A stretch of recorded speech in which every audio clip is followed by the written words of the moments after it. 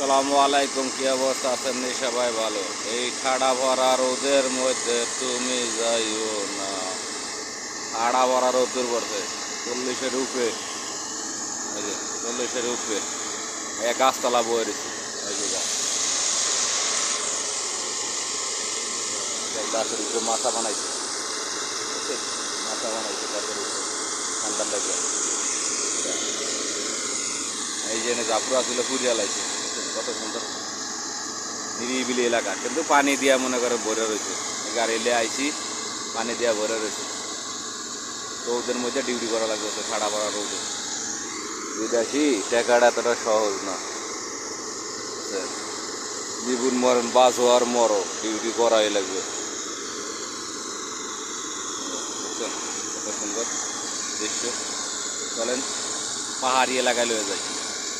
পাহাড়ি অঞ্চলে কোন জায়গা নিয়ে হালা কত দূর, আর এদেশের ক্রাইসিস কি সব কিছু দেখাইতেছি। গাড়ি দিয়ে পুকুর হেসা, গাড়িটা পুকুর না, পুকুর না, বাড়ির পানি বন্ধ বাইরেছে। ঈদের আগে হালাইছে পানি, আইসে পানি হালাইছে। গাড়ি 2-3টা আর কথা একটা আইসে, কেমন ভালো পানি দিন তাই।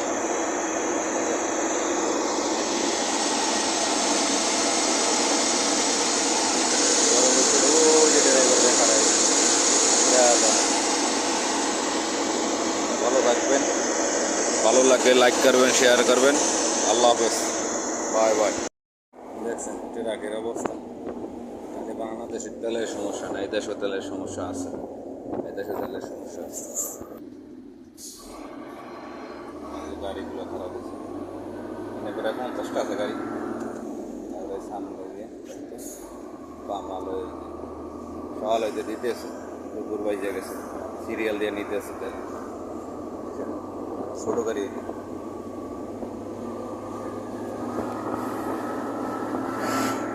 ছোটো গাড়ি 1 কিলো গেছে।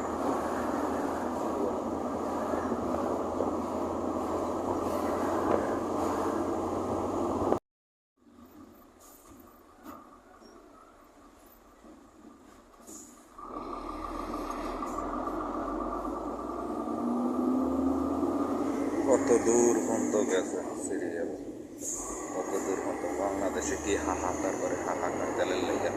এদেশে দেন তো, এদেশে তেল আছে, গ্যাস আছে, পেট্রোল আছে, ডিজেল আছে, না সবই আছে, তারপরে কি হাহাকার।